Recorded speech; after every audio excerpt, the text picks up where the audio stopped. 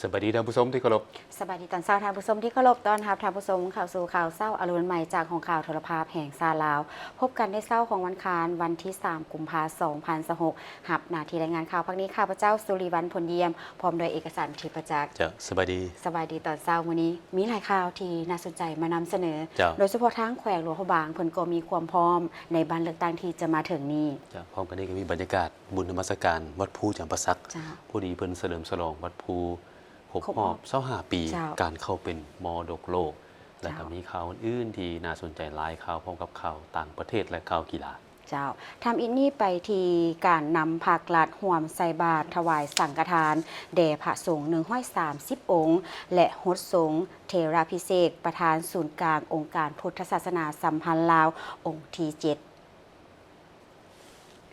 พิธีฮดสงฆ์มุทิตามหาเทราพิเศษพระอาจารย์ใหญ่มหาเวทมะเสนัยประธานศูนย์กลางองค์การพุทธศาสนาสัมพันธ์แห่งสาธารณรัฐประชาธิปไตยประชาชนลาวองค์ที่7ได้จัดขึ้นในวันที่31มังกรที่ผ่านมาที่สำนักงานประธานศูนย์กลางองค์การพุทธศาสนาสัมพันธ์แห่งสาธารณรัฐประชาธิปไตยประชาชนลาว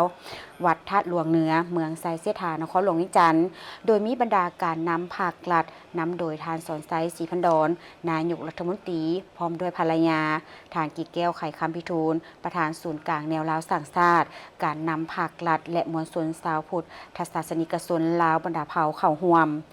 การฮดสงฆ์มุทิตามหาเทราพิเศษพระอาจารย์ใหญ่มหาเวทมะเสนัยจัดขึ้นในโอกาสที่พระอาจารย์ใหญ่ได้ถูกเลือกตั้งให้เป็นประธานส่วนกลางองค์การพุทธศาสนาสัมพันธ์แห่งสาธารณรัฐประชาธิปไตยประชาชนลาวองค์ที่7ทั้งเป็นการแสดงความกตัญญูกตเวทีต่อผู้นำพาสูงสุดของคณะสงฆ์ลาวและยกย่องบุคคลผู้ที่มีคุณงามความดีผู้ที่เสียสละกำลังกายกำลังใจในการซี่นำพาพระสงฆ์และเฮียบเหียนพระธรรมคำสอนการได้ห่วมฮดสงฆ์พระมหาเถระถือเป็นบุญคุณอันสูงสุดซึ่งในชีวิตหนึ่งบ่ได้มีโอกาสพบเห็นได้ง่ายๆท่านผู้ชมในโอกาสเดียวกันนี้บรรดาการนำผักลาดพร้อมด้วยชาวพุทธศาสนิกชนลาวบรรดาเผ่าได้ห่วมใส่บาตรถวายสังฆทานแด่พระสงฆ์จำนวน130 องค์เพื่อเป็นสิริมงคลและเป็นบุญกุศลพร้อมทั้งห่วมพิธีฉลองยกยอดซอฟ้าอาคารสำนักงานประธานศูนย์กลางองค์การพุทธศาสนาสัมพันธ์แห่งสาธารณรัฐประชาธิปไตยประชาชนลาวหลังใหม่ที่ก็สร้างสำเร็จอยู่ที่วัดธาตุหลวงเหนือซึ่งเป็นศูนย์กลางบริหารงานสงฆ์ที่ทันสมัยทางนี้ทางคณะกรรมการจัดงานได้เปิดโอกาสให้พุทธศาสนิกชนได้ร่วมบริจาคทุนสมทบเพื่อสำระค่าก่อสร้างอาคารที่ยังค้างสำระการร่วมบริจาคปัจจัยและร่วมพิธียกยอดโซฟาเปรียบเหมือนการได้ฝากซื้อและบุญกุศลไว้ในแผ่นดินเป็นวิหารทานที่มีอานุสงส์อันแห่งกล้าก่อให้เกิดความสมบูรณ์พูนสุขในชีวิตอีกด้วย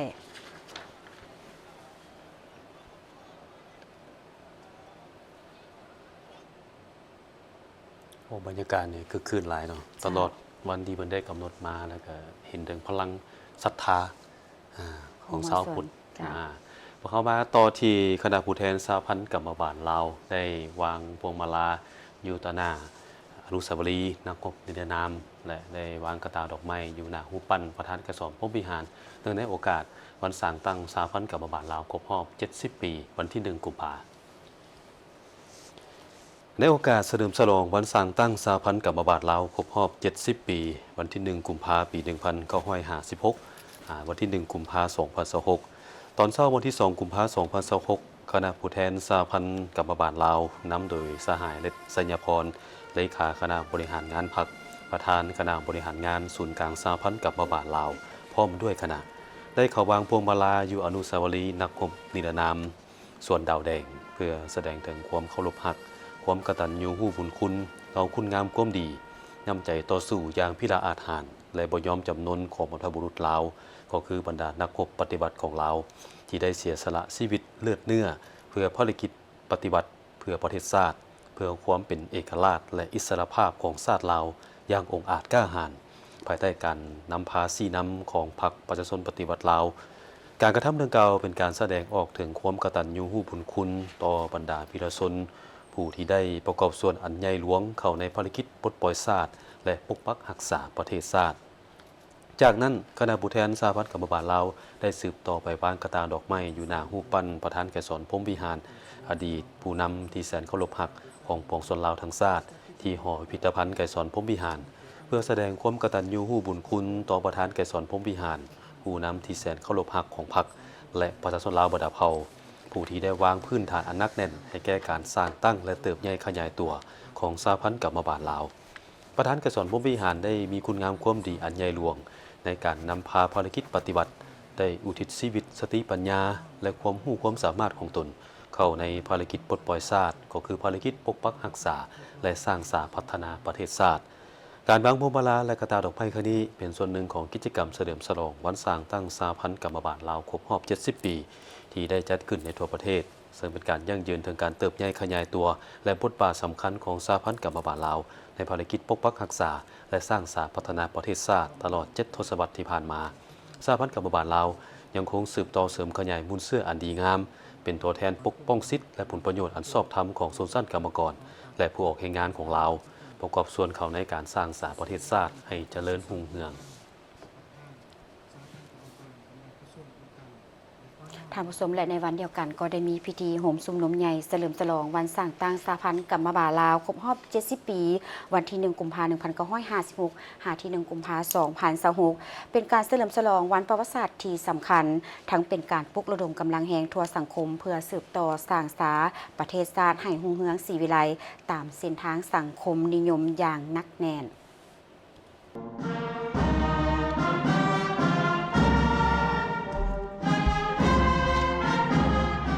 วันที่ 2 กุมภาพันธ์ 2026 ที่หอประชุมแห่งชาติได้มีพิธีโฮมสุมนุมใหญ่เพื่อเฉลิมฉลองวันสร้างตั้งสหพันธ์กรรมบาลลาวครบรอบ70 ปี 1 กุมภาพันธ์ 1956 หา 1 กุมภาพันธ์ 2026 ให้เกียรติเข้าร่วมของสหายกิแก้วไขคำพิทูลกรรมการกรมการเมืองส่วนกลางพรรคประธานศูนย์กลางแนวลาวสร้างชาติพร้อมด้วยบรรดาการนำพรรครัฐพนักงานอาวุโสบำนาญผู้ต่างหน้าจากกระทรวงองค์การแขวงและสมาชิกกรรมบาลจากทั่วประเทศเข้าร่วมในพิธีสหายเลศไสยพรประธานคณะบริหารงานศูนย์กลางสหพันธ์กรรมบาลลาวได้กล่าวปราศัยหวนคืนมูลเสื้อแห่งการเติบใหญ่ขยายตัวของสหพันธ์กรรมบาลลาวตลอดระยะ70 ปีผ่านมาว่าสหพันธ์กรรมบาลลาวได้รับการสร้างตั้งขึ้นอย่างเป็นทางการในวันที่ 1 กุมภาพันธ์ 1956 อยู่เขตที่มันแขวงหัวพันโดยแม่นพรรคประชาชนปฏิวัติลาวเป็นผู้สร้างตั้งและนำพาโดยกงตลอด7 ทศวรรษองค์การกรรมบาลได้เฮ็ดหน้าที่เป็นตัวแทนในการปกป้องสิทธิและผลประโยชน์อันชอบธรรมของชนชั้นกรรมกรและผู้ออกแรงงานลาวประกอบส่วนอย่างตั้งหน้าเข้าในภารกิจปลดปล่อยชาติก็คือการปกปักรักษาและสร้างสาพัฒนาประเทศชาติผลงานที่พ้นเด่นในระยะผ่านมาแม้นสหพันธ์กรรมบาลลาวสามารถขยายการจัดตั้งได้อย่างกว้างขวางปัจจุบันมีสมาชิกทั้งหมด 200,000 กว่าสหาย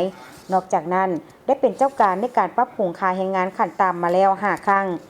สุกโยกการสร้างสัญญาแรงงานและการเข้าถึงระบบประกันสังคมเพื่อยกระดับคุณภาพชีวิตของผู้ออกแรงงานให้ดีขึ้น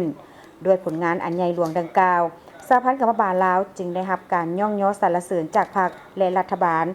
ด้วยการประดับเหรียญคำแห่งชาติเหรียญไซอิสระสั้นหนึ่งเหรียญไซแรงงานสั้นหนึ่งและเหรียญเกียรติยศอื่นๆอีกหลายรางวัล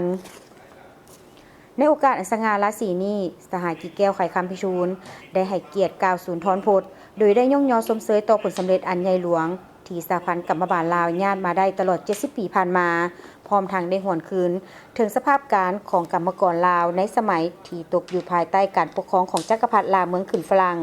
ซึ่งถือกดขี่ขูดหีดแห่งงานอย่างนักหน่วงและขาดสิทธิเสรีภาพท่านได้เน้นหนักถึงบทบาทสำคัญของพรรคประชาชนลาวในการสร้างตั้งห้องการกรรมบาลเพื่อโฆษณาปลุกระดมเต้าโฮมกรรมกรและสาวผู้ออกแรงงานลาวบรรดาเผ่าให้มีความตื่นตัวปฏิวัติมีน้ำใจรักชาติมีทัศนะส่วนสั้นกรรมกรอย่างจะแจ้งประกอบส่วนเข้าในภารกิจกู้ชาติปกปักรักษาและสร้างสาพัฒนาประเทศชาติตามเส้นทางก้าวขึ้นสู่สังคมนิยมพร้อมกันนั้นสหายยังได้ชี้ทิศเยื้องทางให้แก่สหพันธ์กรรมบาลลาวในซุ้มปีต่อหน้าโดยเสนอ7 ปัญหาสำคัญที่ต้องเอาใจใส่คือสร้างการหันเปลี่ยนใหม่อย่างแข็งแรงเลิกซึ้งรอบด้านทางด้านแนวคิดจินตนาการของสมาชิกกรรมบาลกรรมกรสาวผู้ออกแรงงานให้มีความเชื่อมั่นต่อการนำพาของพรรคมีน้ำใจรักชาติเคารพกฎหมายมีระเบียบวินัยในการออกแรงงานดุมันซื่อสัตย์ประหยัด อดทน และกระตือรือร้นในการพัฒนาตนเองเพื่อยกระดับสีมือแห่งงานให้กลายเป็นกรรมกรอุตสาหกรรมและทันสมัยเอาใจใส่ปรับปรุงขยายการจัดตั้งสหพันธ์กรรมบาลแต่ละขั้นและสมาชิกกรรมบาลให้มีความเข้มแข็งโดยเฉพาะอยู่หัวหน่วยแห่งงานภาคเอกชนที่มีการลงทุนกับต่างประเทศเพื่อเป็นกำลังแห่งต้นตอในการประกอบส่วนเข้าในเวียกงานป้องกันชาติป้องกันความสงบรอบด้านพร้อมทางแก้ไขปรากฏการณ์ย่อท่อในสังคมเพิ่มทวีการปกป้องสิทธิผลประโยชน์ของสมาชิกกรรมบาลกรรมกรและสาวผู้ออกแห่งงานบรรดาเผ่าที่ถูกต้องตามกฎหมายและระเบียบการเพื่อบ่ให้ถูกเอารัดเอาเปรียบสุกยู่ให้เข้าถึงการปกป้องทางสังคมมีเวียกเหตุงานทำและสามารถสร้างรายรับที่มั่นคงเอาใจใส่ในการจัดตั้งปฏิบัติข้อแข่งขันหาเป็นเจ้าของสหพันธ์กรรมบาลให้มีความเข้มแข็งปรับปรุงวิธีการประเมินผลให้แท้เหมาะกับความเป็นจริงส่งเสริมผู้ออกแห่งงานให้มีหัวคิดประดิษฐ์สร้างยกระดับความรู้ความสามารถและนำใช้เทคโนโลยีใหม่เพื่อยกสูงประสิทธิภาพและประสิทธิผลเพิ่มทวีการร่วมมือกับกรรมบาลเพื่อนมิตรยุทธศาสตร์เพื่อนมิตรสากลองค์การจัดตั้งสากลและองค์การจัดตั้งสากลที่บ่สังกัดรัฐบาลตามแนวทางการต่างประเทศของพรรคเพื่อญาติแยงเอาบทเรียนเทคนิควิทยาศาสตร์และทุนฮอนมาพัฒนาเวียกงานกรรมบาลลาวคณะกวดการกรรมบาลแต่ละขั้นต้องเคลื่อนไหวตามภาระบทบาทสิทธิและหน้าที่ของตนโดยเฉพาะสุกยู่ติดตามกวดการจัดตั้งปฏิบัติกฎหมายกฎระเบียบมติของประชุมใหญ่กรรมบาลขั้นของตนแผนพัฒนาเวียกงานกรรมบาลในแต่ละระยะให้เป็นปกติตั้งหน้าพันขยายมติ 04 ทับกมสพว่าด้วยการสร้างเศรษฐกิจเอกราชเป็นเจ้าตนเองนำใส่ขาแหงอย่างมีประสิทธิผลพัฒนาเศรษฐกิจสังคมตามทิศว่องไวและยืนยงซอกหาแรงรายรับเพื่อมาพัฒนาเวียกงานกรรมบาลให้มีความเข้มแข็งสหกิจแก้วไขคำพิทูลได้เรียกห้องมายังคณะพรรคคณะปกครองหัวหน่วยธุรกิจต่างๆสร้างเงื่อนไขและอำนวยความสะดวกให้แก่การเคลื่อนไหวเวียกงานกรรมบาลพร้อมทั้งยังห้องให้คณะบริหารงานสหพันธ์กรรมบาลลาวแต่ละขั้นสมาชิกกรรมบาลกรรมกรและผู้ออกแห่งงานลาวบรรดาเผ่าในทั่วประเทศจงได้เพิ่มทวีความสามัคคีเป็นปึกแผ่นภายใต้การนำพาของพรรคประชาชนปฏิวัติลาวเสื่อสู่บทบาทสิทธิและหน้าที่และความรับผิดชอบของตนเข้าร่วมในการปกปักรักษาและสร้างสาพัฒนาประเทศชาติตามคำขวัญที่ว่าประเทศชาติมั่งคั่งเข้มแข็งประชาชนหังมีผาสุขสังคมมีความสามัคคีปรองดองยุติธรรมและศรีวิไลพิธีโฮมชุมนุมใหญ่ครั้งนี้เป็นการเฉลิมฉลองวันประวัติศาสตร์ที่สำคัญทั้งเป็นการปลุกระดมกำลังแห่งทั่วสังคมเพื่อสืบต่อสร้างสถาประเทศชาติให้รุ่งเรืองศรีวิไลตามเส้นทางสังคมนิยมอย่างนักแน่นพิเศษในตอนท้ายของพิธีศูนย์กลางสหพันธ์กรรมบาลลาวได้รับการประดับเหรียญไซอิสระสั้น3ซึ่งเป็นการยั่งยืนถึงคุณงามความดีและผลงานอันโดดเด่นในการประกอบส่วนเข้าในภารกิจปฏิบัติของชาติให้เกียรติประดับโดยสหกิจแก้วไขคำพิทูลกรรมการกรมการเมืองศูนย์กลางพรรคประธานศูนย์กลางแนวลาวสร้างชาติ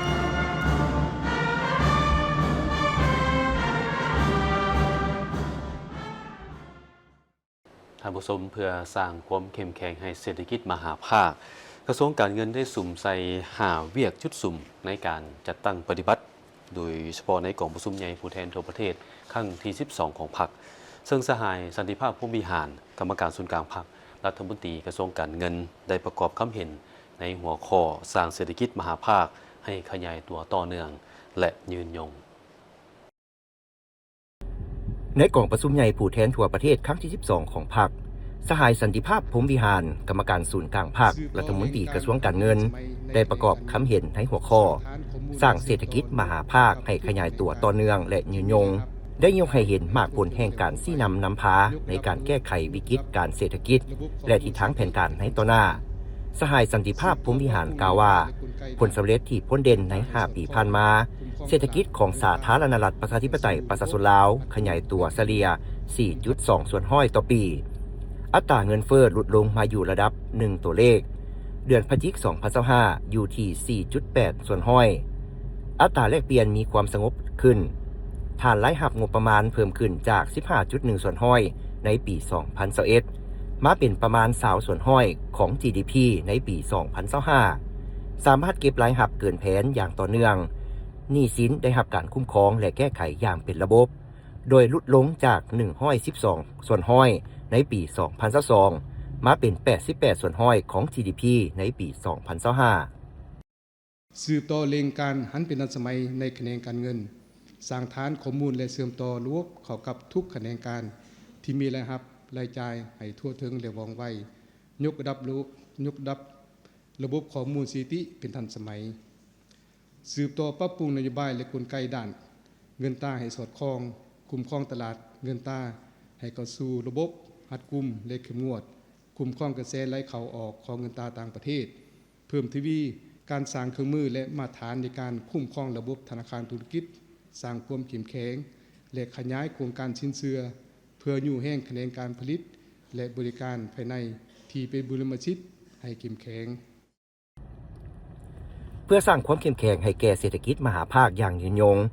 สหายสันติภาพพรหมวิหารได้เน้นหนัก5จุดสูมสำคัญ 1. การหันเปลี่ยนรูปแบบการเติบโตซุ่มใส่การสร้างเศรษฐกิจรูปแบบใหม่ยกสูงคุณภาพแห่งงานและนำใส่เทคโนโลยีดิจิตอลเข้าในการผลิตและบริการการส่งเสริมการลงทุน 2. ดึงดูดการลงทุนที่มีคุณภาพพัฒนาภาคเอกชนให้เข้มแข็งและเร่งปรับปรุงรัฐวิสาหกิจให้มีผลกำไร 3. การปฏิรูปรายรับรายจ่าย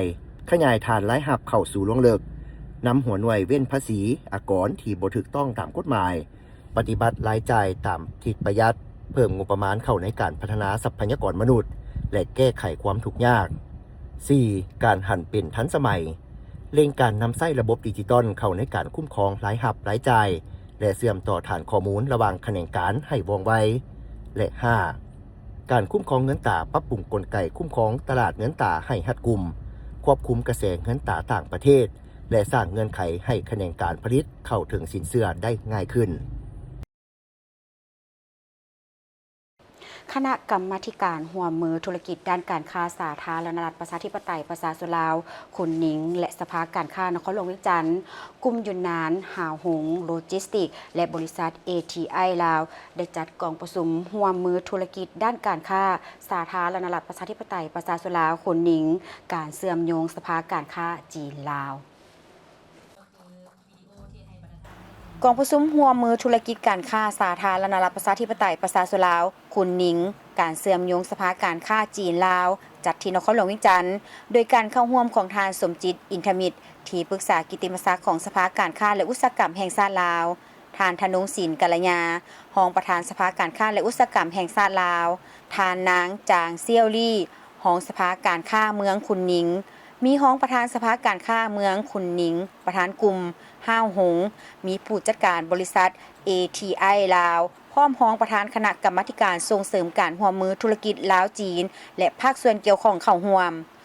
กองประชุมครั้งนี้เพื่อจัดตั้งปฏิบัติข้อริเริ่มตามยุทธศาสตร์1แล้ว1เส้นทางเพิ่มทวีสายพัวพันด้านเศรษฐกิจและการค้าระหว่างคุณหนิงและบรรดาประเทศล้านสร้างแม่น้ำคองและส่งเสริมการพัฒนาที่ประสานงานกันตามแล้วเส้นทางรถไฟลาวจีนซึ่งกองประชุมครั้งนี้เป็นบาทก้าวที่สำคัญในการยกระดับการร่วมมือการค้าระหว่างจีนลาวโดยเฉพาะเป็นการเพิ่มทวีการร่วมมือการค้าระหว่างลาวคุณหนิงการร่วมมือด้านอุตสาหกรรมข้อเสนอริเริ่มสำหรับสภาพันธมิตรการค้าตามเส้นทางรถไฟจีนลาวทั้ง2ฝ่ายจะได้ร่วมกันเผยแพร่ข้อเสนอริเริ่มสภาพันธมิตรการค้าตามเส้นทางรถไฟจีนลาวและสร้างพันธมิตรที่สุ่มใส่4อุตสาหกรรมหลักคือยานพาหนะพลังงานใหม่และอะไหล่กสิกรรมทันสมัยเขตผู้สูงวัสดุก่อสร้างสีเขียวและสินค้าอุปโภคบริโภคและโลจิสติกผ่านมาตรการต่างๆเช่นการสร้างแพลตฟอร์มโครงการร่วมกันการจัดตั้งการกฎกาการลงทุนการส่งเสริมการลงทุนการก่อสร้างและการดำเนินแบบผสมผสานพันธมิตรการค้าจะขับเคลื่อนพันธมิตรอุตสาหกรรมโดยอิงใส่ศูนย์ส่งเสริมการค้าข้ามชายแดนล้านสร้างแม่น้ำคองที่สร้างขึ้นโดยกลุ่มห้าวหงในคุณหนิงเพื่อสร้างระบบการบริการข้ามชายแดนที่สมบูรณ์แบบรวมเอาการแจ้งภาษีการขนส่งการเงินและการเข้าถึงตลาดช่วยเหลือวิสาหกิจอย่างมีประสิทธิภาพพร้อมนี้ทั้ง2ฝ่ายได้เซ็นบทบันทึกการร่วมมือกันต่างหน้าฝ่ายจีนโดยทานหลีเทียนหนิงรองประธานสภาการค้าคุณหนิงต่างหน้าของสภาการค้าคุณหนิงและทานสังคม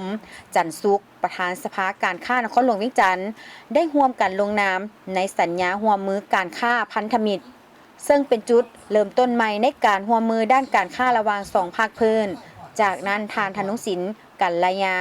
ห้องประธานสภาการค้าและอุตสาหกรรมแห่งชาติลาวได้มอบใบข้อตกลงการอนุมัติสร้างตั้งคณะกรรมาธิการร่วมมือด้านธุรกิจการค้าลาวคุณหนิงให้แก่ประธานฝ่ายลาวและฝ่ายจีน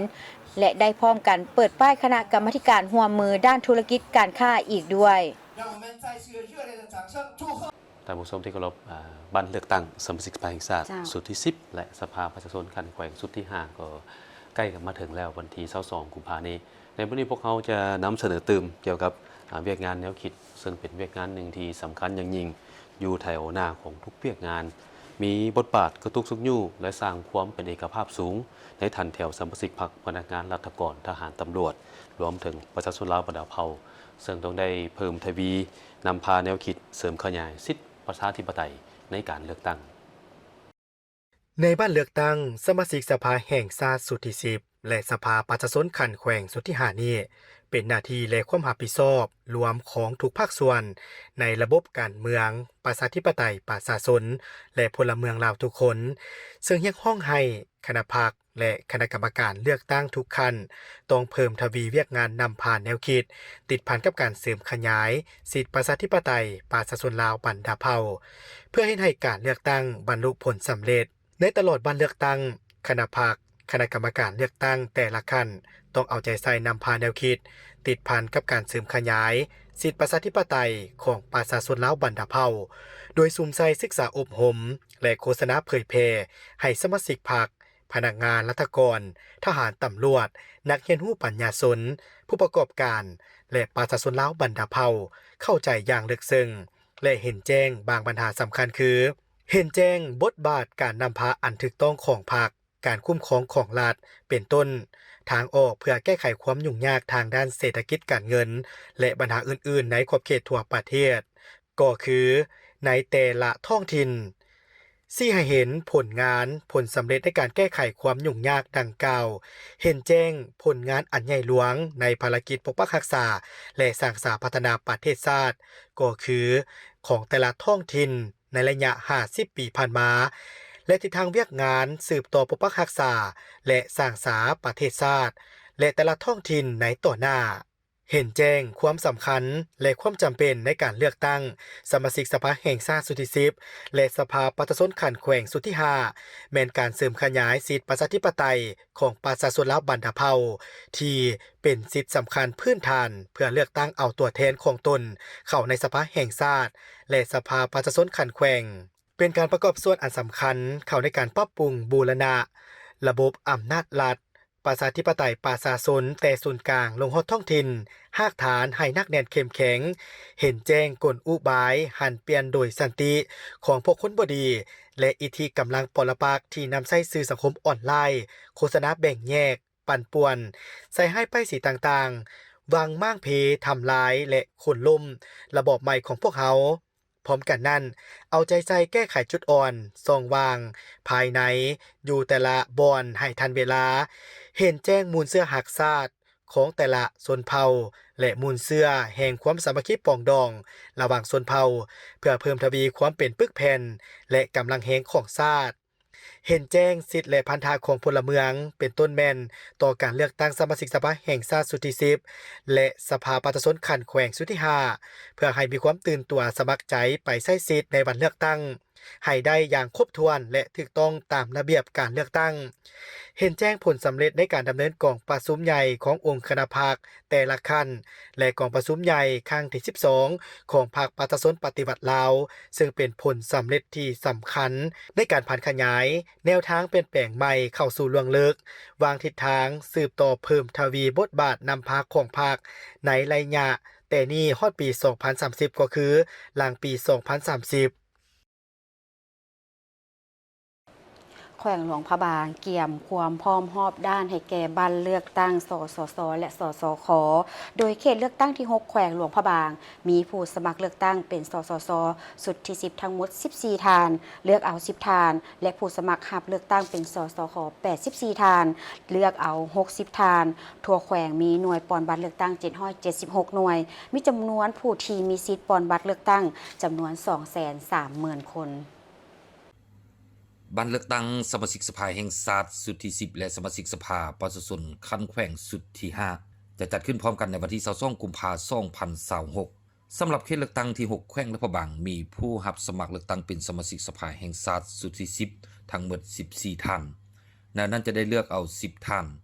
และผู้รับสมัครเลือกตั้งเป็นสมาชิกสภาประชาชนคันแขวงมีทั้งหมด84ท่านและจะได้เลือกเอา60ท่านทั่วแขวงมีหน่วยปอนบัตรเลือกตั้งทั้งหมด776หน่วยมีจำนวนผู้มีสิทธิ์ปอนบัตรเลือกตั้งทั้งหมด 230,000 กว่าคนท่านสำนานสุนทนีรองประธานสภาประชาชนแขวงและพะบังคณะกรรมการเลือกตั้งแขวงและพะบังได้ให้สัมภาษณ์ต่อทีมข่าวโทรภาพแห่งชาติลาวว่าปัจจุบันทั่วแขวงมีความพร้อมรับสายให้บัตรเลือกตั้งสมาชิกสภาแห่งชาติสุดที่10และสมาชิกสภาประชาชนคันแขวงสุดที่5สำเร็จเกือบ100ส่วน100โดยมีการแบ่งเวียกออกเป็น4บัตรกาวที่สำคัญคือสำเร็จการแต่งตั้งคณะกรรมการรับผิดชอบการเลือกตั้งคันแขวงและกองเลขาสวยเวียกพร้อมด้วยคณะกรรมการเลือกตั้งคันเมืองสร้างแผนการเคลื่อนไหวโฆษณาห้างเสียงให้กับผู้รับสมัครเลือกตั้งเป็นสมาชิกสภาแห่งชาติสุดที่10และสมาชิกสภาประชาชนคันแขวงสุดที่5และกำหนดบุคลากรแต่ละภาคส่วนรับผิดชอบแต่ละหน่วยปอนบัตรเลือกตั้งโดยนำเสนอบุคลากรเป็นจำนวนลงไล่เพื่ออำนวยความสะดวกให้กับประชาชนในการไปใช้สิทธิ์ปอนบัตรเลือกตั้งในครั้งนี้และรับประกันให้ได้ตามระดับคัดใหม่คือผู้มีสิทธิ์ปอนบัตรเลือกตั้งมาใช้สิทธิ์ปอนบัตรเลือกตั้งครบ100ส่วน100การปอนบัตรเลือกตั้งต้องถูกต้องตามระเบียบของการเลือกตั้ง100ส่วน100รับประกันเวียกงานป้องกันความสงบและความปลอดภัยของสังคม100ส่วน100รับประกันการปอนบัตรเลือกตั้งให้มีความโปร่งใสและกำหนดเวลาที่ได้กำหนดเอาไว้100ส่วน100เฮาดำเนินมาฮอดขั้นที่3นี่เฮาติดตามการใกล้ชิดของประชาชนเนาะการสนใจต่อบัตรเลือกตั้งสมาชิกสภาแห่งชาติสมาชิกสภาประชาชนแขวงนี้ที่ว่าปัญหาตัวนี้พอเฮาได้จัดเป็นขบวนการฟดฟื้นอยู่คันท้องถิ่นบ่ว่าจะเป็นคันเมืองคันนครแล้วก็คันแขวงมีการโฆษณาสำคัญไว้พอเฮาได้มีการจัดฝึกอบรมจัดฝึกอบรมลงไปแต่ละบ่อนให้เข้าใจถึงการนำพาของพรรคพวกเฮาในฐานะที่ประชาชนที่กำอำนาจสูงสุดฉะนั้นต้องเลือกเอาตัวแทนของตัวเองไปนั่งอยู่ในสภาพวกเขาได้มีการโฆษณาสำหรับแผนการเคลื่อนไหวโฆษณาห้างเสียงให้กับผู้รับสมัครเลือกตั้งเป็นสมาชิกสภาแห่งชาติสุดที่10และสมาชิกสภาประชาชนคันแขวงจะได้พร้อมกันจัดขึ้นอยู่ในต้นเดือนกุมภาพันธ์นี้โดยแบ่งออกเป็น2ทีมการเคลื่อนไหวอยู่บรรดาเมืองภาคเหนือและเมืองภาคใต้ของแขวงสำหรับหน่วยที่1นำโดยท่านบุญเลื่อมมณีวงศ์เลขาคณะบริหารงานพรรคแขวงประธานคณะกรรมการเลือกตั้งคันแขวงนพบังหน่วยที่2นำโดยท่านไพบีซี่บุรพารัฐมนตรีกระทรวงยุติธรรมโดยจะลงพร้อมกัน14ท่านสำหรับหน่วยที่1จะลงห้างเสียงอยู่ทางเมืองพลทองเมืองเวียงคำเมืองงอยเมืองน้ำบากและเมืองปักอูส่วนหน่วยที่2จะลงอยู่ทางเมืองผูกคูนเมืองนานเมืองเสียงเงินเมืองพลไซเมืองปักแสงเมืองละ2จุดและจะให้สำเร็จพร้อมๆกันในวันที่14กุมภาพันธ์หลังจากนั้นจะลงโฆษณาห้างเสียงอยู่ทางเมืองจอมเพชรและเทศบาลของนครหลวงพะบังข้าพเจ้าก็ขอเรียกร้องให้ประชาชนเหล่าบรรดาเผ่าผู้มีสิทธิ์เลือกตั้งที่มีอายุ18ปีขึ้นไปให้มาใช้สิทธิประชาธิปไตยของตนอย่างเป็นขบวนกว้างขวางและมีบรรยากาศที่ฟดฟื้นให้มาใส่สิทธิ์เป็นเจ้าในฐานะที่ประชาชนเป็นเจ้าของประเทศชาติแท้ๆเนาะอยากขอให้ทุกเพศทุกเผ่าอยู่แต่ละบ่อนให้มาใส่สิทธิประชาธิปไตยของตนเองเลือกเอาผู้แทนประชาชนให้ได้ตามมาตรฐานเงื่อนไขที่ประชาชนได้สร้างความหวังและก็ฝากความไว้เนื้อเชื่อใจกับสภาของพวกเฮาเนาะขอขอบใจจ้ะภายหลังสำเร็จแล้วจะเปิดโอกาสให้ผู้รับสมัครเลือกตั้งเป็นสมาชิกสภาประชาชนคันแขวงสุดที่5สืบต่อเคลื่อนไหวโฆษณาห้างเสียงตามแผนที่ได้กำหนดเอาไว้เพื่อให้ผู้มีสิทธิ์ปอนบัตรเลือกตั้งได้รับรู้เกี่ยวกับประวัติและผลงานการเคลื่อนไหวของผู้รับสมัครเลือกตั้งแต่ละท่านพร้อมกันคัดเลือกเอาตัวแทนแห่งสิทธิ์และผลประโยชน์ของตนก็คือของประชาชนบรรดาเผ่าตามเป้าหมายที่ตั้งไว้ท่านผู้ชมได้ทำกลางบรรยากาศที่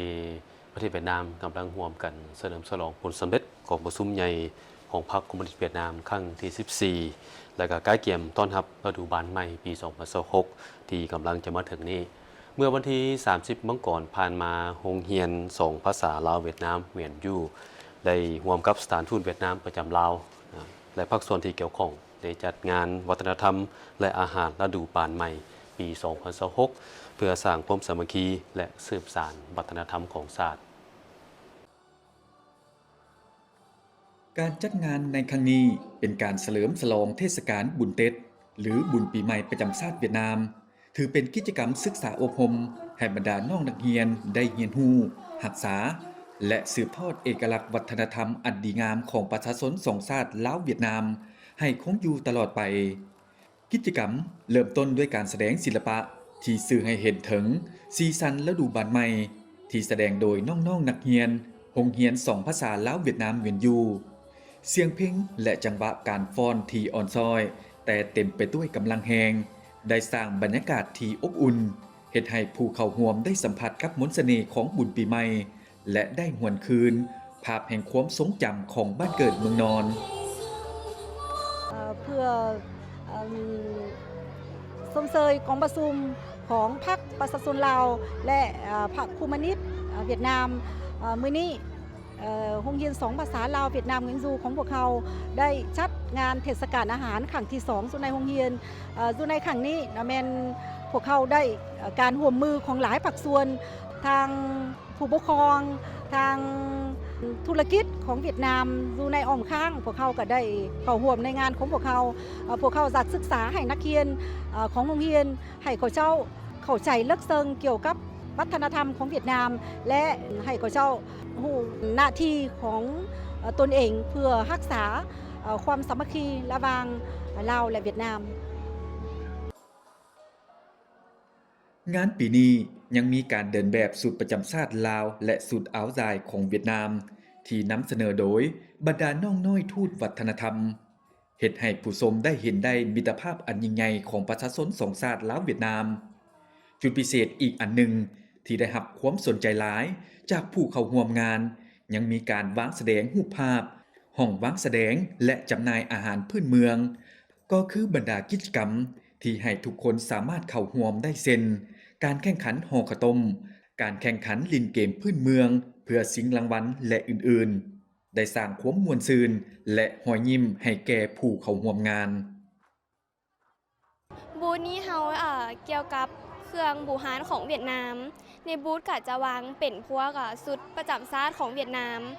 บูธนี้มีความหมายเกี่ยวกับชุดพื้นเมืองประเพณีพื้นเมืองของประเทศเวียดนามเขาได้เอามาจัดวางแสดงอยู่นี่เพื่อให้คนที่ว่าเข้ามาชมได้เห็นเกี่ยวกับประเพณีของเวียดนามแต่ละปีทางโรงเรียนของเขาจะจัดเพื่อวางแสดงให้คนที่ว่าเข้ามาชมได้รับรู้เกี่ยวกับของประเทศเวียดนามปีใหม่นี้สิ่งที่เขาคิดหากิจกรรมแมนกิจกรรมอันทำอิฐเลยแมนกิจกรรมเต้นไม้ไผ่กันเต้นไม้ไผ่แมนการเล่นกิจกรรมพื้นเมืองของประเทศเวียดนามซึ่งแบบเขาเจ้ากับเก็บมาลิ่นในปัจจุบันในตอนเก็บมาลิ่นคืน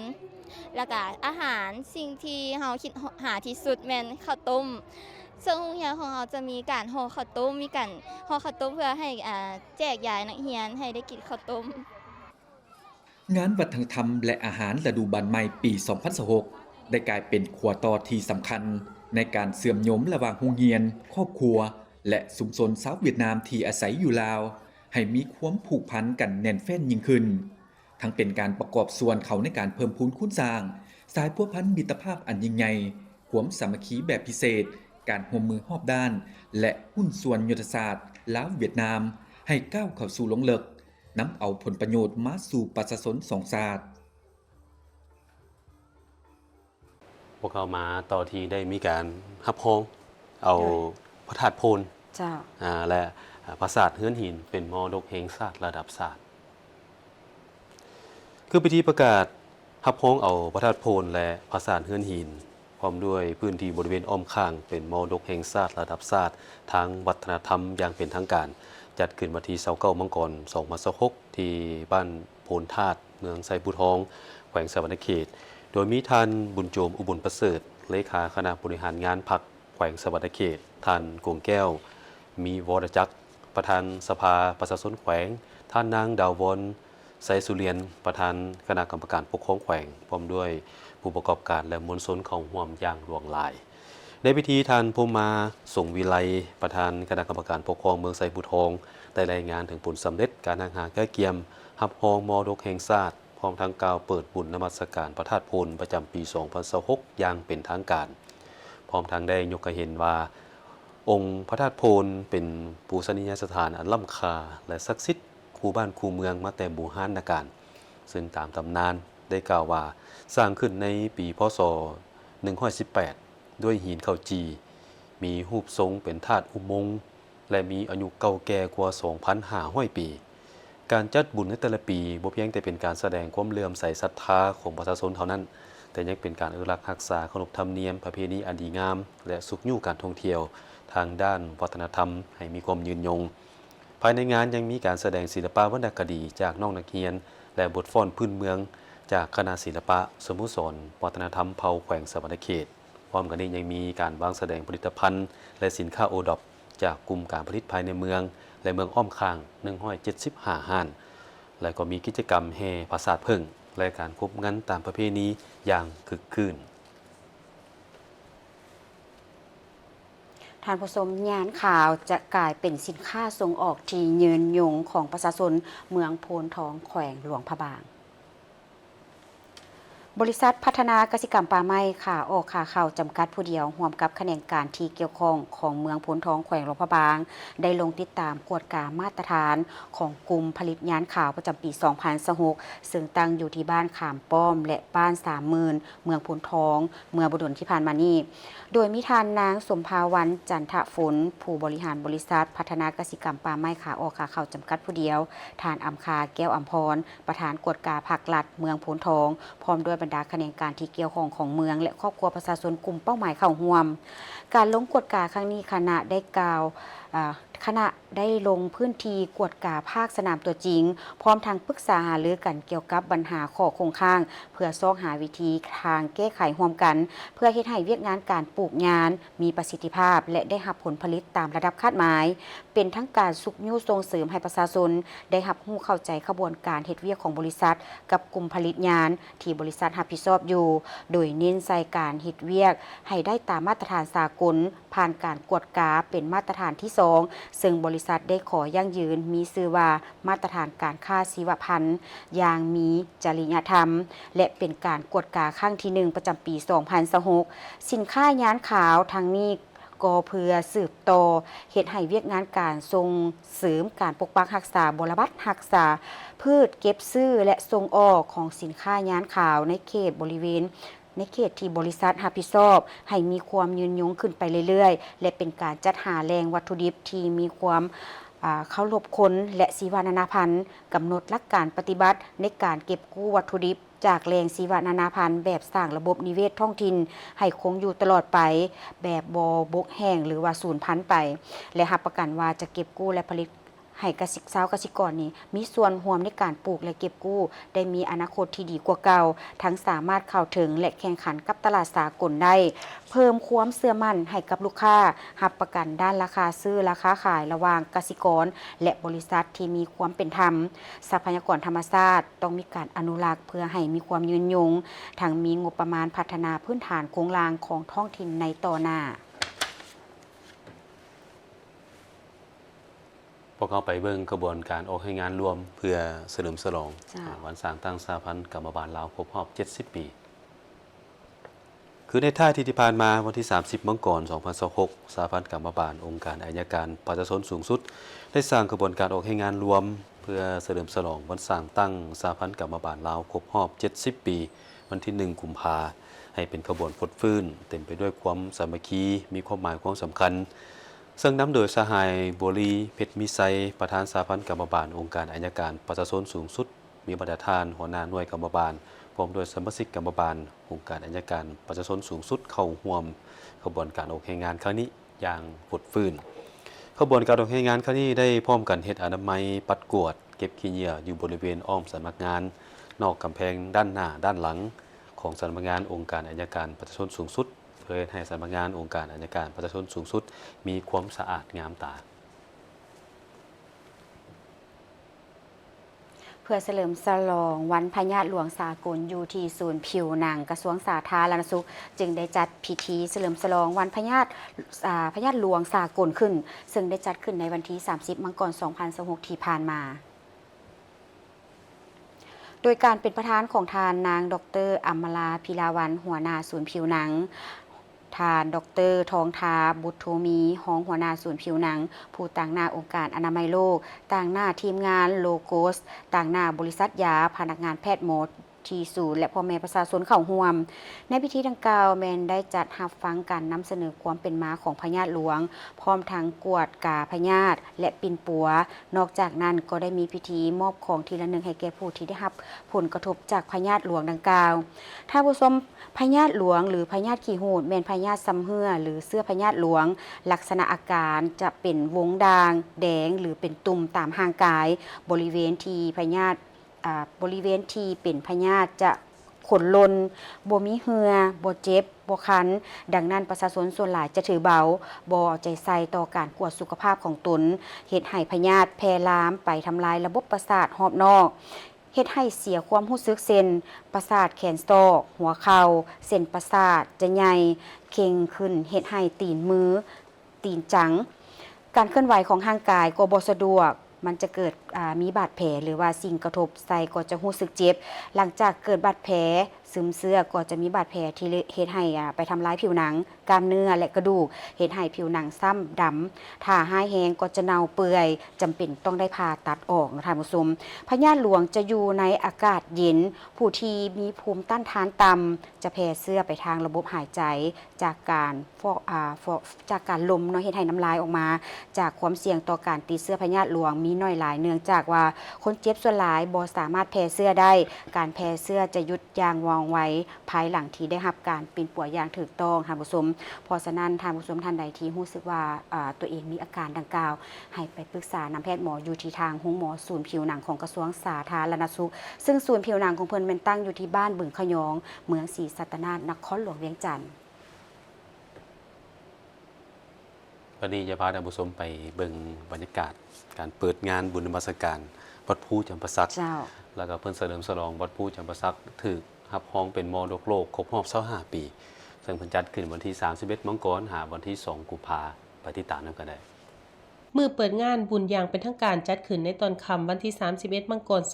2026อยู่เดินสถานบูฮานวัดภูโดยการเข้าร่วมของฐานสอนไซศรีพันโดนกรรมการกรมการเมืองศูนย์กลางภาคนายกรัฐมนตรีแห่งสาธารณรัฐประชาธิปไตยประชาชนลาวฐานนางปานียาทดตู้ห้องประธานประเทศแห่งสาธารณรัฐประชาธิปไตยประชาชนลาวฐานปริญญาเอกอรุณไซสุนนราชกรรมการศูนย์กลางภาคเลขาพรรคแขวงแก่นประสักฐานปริญญาเอกสุขสวรรค์วีไลวงศ์ห้องเลขาพรรคแขวงประธานคณะกรรมการปกครองแขวงมีพาเทลานุเทละบรรดาทานการนำจากศูนย์กลางการนำแขวงภาคใต้บรรดาทานทูตทูตานุทูตเอกอัครราชทูตสาธารณรัฐประชาชนจีนประจำสาธารณรัฐประชาธิปไตยประชาชนลาวเอกอัครราชทูตสิงคโปร์กงสุลใหญ่สาธารณรัฐสังคมนิยมเวียดนาม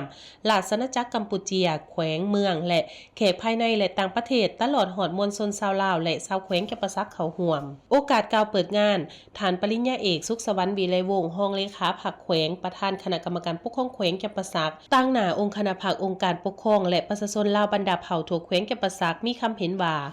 งานบุญนมัสการพระศาสตร์หินวัดภูจำปาสักประจำปี 2026 ในครั้งนี้ซึ่งเป็นการจัดขึ้นในท่ามกลางบรรยากาศที่ทั่วภาคทั่วรัฐและปวงชนลาวบรรดาเผ่าพ่วมเบิกบานมวลซืนสมเสยผลสำเร็จของกองประชุมใหญ่ผู้แทนทั่วประเทศครั้งที่ 12 ของพรรค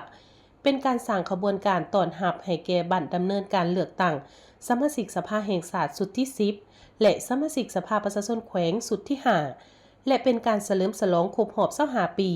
ที่สถานบูฮานวัดภูจำปาสักได้ถูกรับรองเป็นมรดกโลกในระยะผ่านมาพรรคและรัฐบาลก็คือแขวงแก่นประสักยามใดก็ได้ให้ความสำคัญและเอาใจใส่อย่างตั้งหน้าในการอนุรักษ์ปกปักรักษา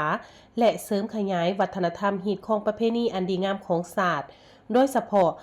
วัฒนธรรมทางด้าน ปูสนียสถานพระศาสตร์หินวัดภูโดยมีการจัดงานเฉลิมฉลองบุญนมัสการพระศาสตร์หินวัดภูจำปาสักในทุกๆปี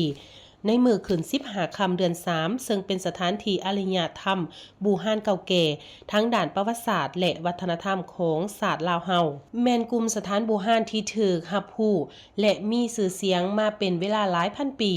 เป็นตัวแทนอันสำคัญทั้งด้านสถาปัตยกรรมในสมัยก่อนและสถานบูฮานวัดภูจำปาสักแห่งนี้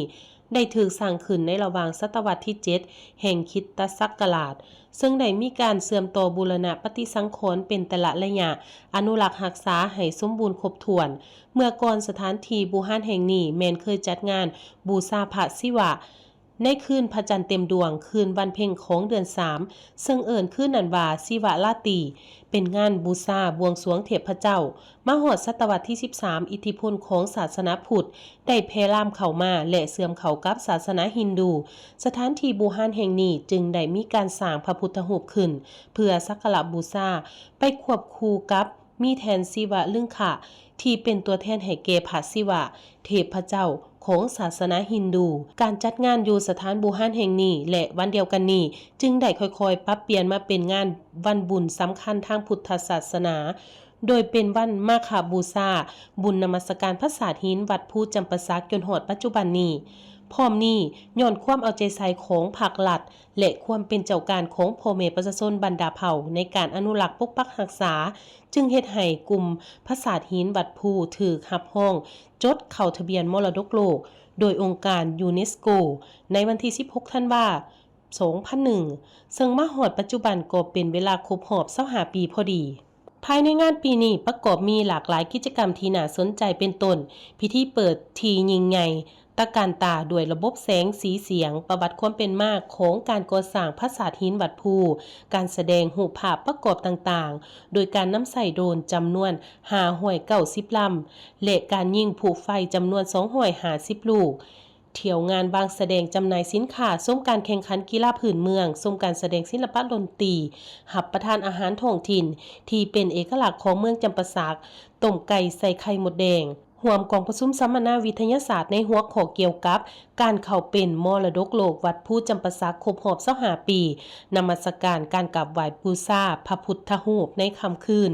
นมัสการการกราบไหว้บูชาพระพุทธรูปและในค่ำคืนของวันที่ 1 กุมภาพันธ์ 2026เข้าร่วมพิธีทางศาสนาฟังธรรมสูตรปริตามงคลตลอดคืนและในตอนเช้าของวันที่ 2 กุมภาพันธ์ 2026เริ่มแต่เวลา